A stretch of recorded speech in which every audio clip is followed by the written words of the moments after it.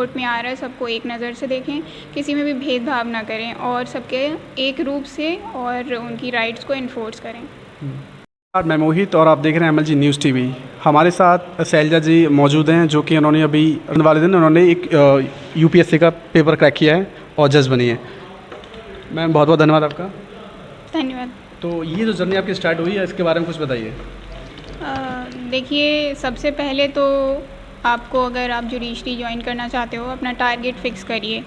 आपको ये डिसाइड कर लेना है पहले कि आपको बनना क्या है, उसी हिसाब से आपको प्रिपरेशन करनी है। अगर आप अपना टारगेट ही नहीं डिसाइड करोगे और वैकेंसी आती कभी इधर कभी उधर जाओगे तो आप उस पर कंसंट्रेट नहीं कर पाओगे, क्योंकि कंपटीशन टफ होता है। स्टार्टिंग से ही आपको डिसाइड करना है कि आपको बनना क्या है और उसी के अकॉर्डिंग आपको टारगेटेड प्रिपरेशन करनी है।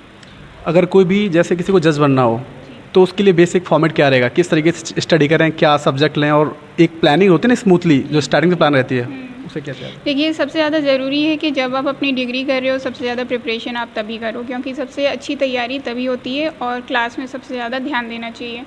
और जुडिशरी के लिए सबसे ज़्यादा ज़रूरी होते हैं बेयर एक्ट। सबसे पहले आप डिटेल में बेयर एक्ट्स पढ़िए, उसके बाद आप टेक्स्ट उठाइए, कमेंट्री पढ़िए और फाइनली जजमेंट्स पढ़िए, और जजमेंट्स डिटेल में पढ़िए क्योंकि तभी आपके कॉन्सेप्ट्स क्लियर होते हैं।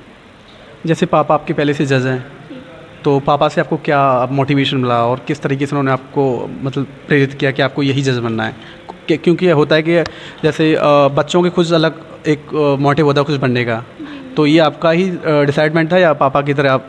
देखिए, पापा को देख के हमेशा मोटिवेट हुए, तो हमेशा से यही फीलिंग रही कि हाँ, हमें भी जज ही बनना है। तो स्टार्टिंग से यही था कि मुझे भी जज बनना है और घर में भी सब यही चाहते थे, तो वही डिसाइड हो गया। अभी इसके बारे में कुछ डिटेल में बताइए। जैसे आप जो जज बने हो, आप जैसे डिस्ट्रिक्ट लेवल पे जज बने हो, किस तरीके से आप अपनी जो पोजीशन को आप हैंडल करोगे? देखिए, आप एज अ जज जब कोर्ट में बैठते हो तो आपके लिए सबसे ज़्यादा ज़रूरी है कि आप इम्पार्शियल रहें। जो भी कोर्ट में आ रहा है सबको एक नज़र से देखें, किसी में भी भेदभाव ना करें और सबके एक रूप से और उनकी राइट्स को इन्फोर्स करें। तो अभी जैसे आपकी जो स्टडी की जो प्लानिंग रही और सब्जेक्ट रहे थे, और आप किस तरीके से आपने कितने घंटे स्टडी की और आपने क्या किस तरीके से ये चीज़ें देखी? देखिए, स्टडी का सबसे ज़्यादा ज़रूरी है कि आप रेगुलर स्टडी करें। ये नहीं कि आज आप 10 घंटे पढ़ लें, कल आप बिल्कुल ना पढ़ें, फिर 2 घंटे पढ़ लें। अपना फिक्स करिए टाइम, जैसे डेली आपको 6 आवर्स पढ़ना है या 5 आवर्स ही पढ़ना है, पर डेली पढ़ना है। ऐसे नहीं कि आज 10 घंटे पढ़ लिए, कल गैप ले लिए। रेगुलर पढ़िए और रिवीजन सबसे ज़्यादा ज़रूरी है, तभी प्रिपरेशन हो पाती है। रक्षाबंधन दिन वाले आप भाई बहन एक साथ आप जज बने हो, ये एक बहुत बड़ा मोमेंट है, राइट? और बहुत बड़ी एक प्राउड भी है आपके पापा के लिए, क्योंकि ऐसा मिलता नहीं देखने के लिए। तो इसके बारे में क्या कहना चाहोगे आप?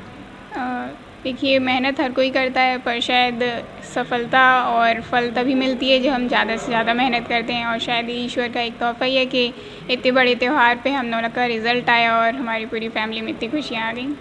तो अभी जैसे भाई बहन दोनों स्टडी करते हैं, तो उनमें सबसे आगे कौन रहा? क्योंकि जहाँ तक मुझे लगता है कि आपने अपने भाई को उंगली पकड़ के कि चल तो जज बनाती हूँ, ऐसा कुछ रहा है क्या?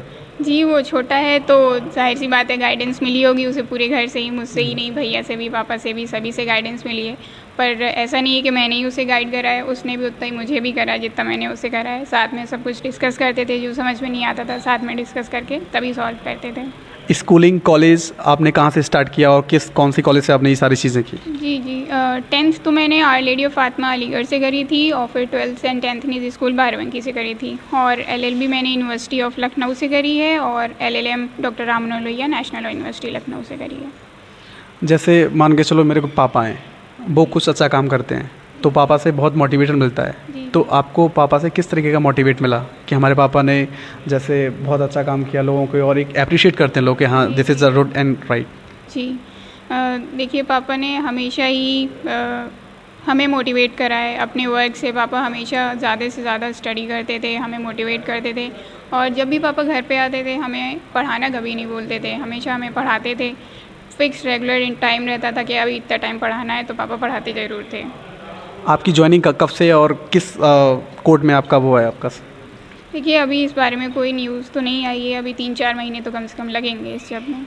कोई ऐसा संदेश जो हमारी ऑडियंस है जो कि स्टडी कर रहे हैं, क्योंकि हमारी जो ऑडियंस है वो 18 से 30 तक है, तो कुछ ऐसा कोई मंत्र हो या कोई ऐसी मोटिवेट तो आप उसे बताना चाहें?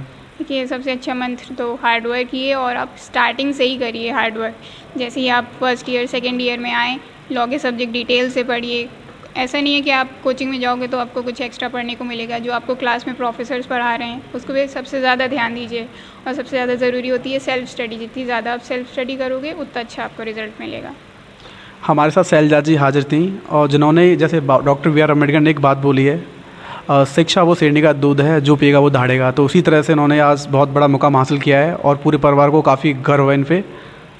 बहुत बहुत धन्यवाद आपका।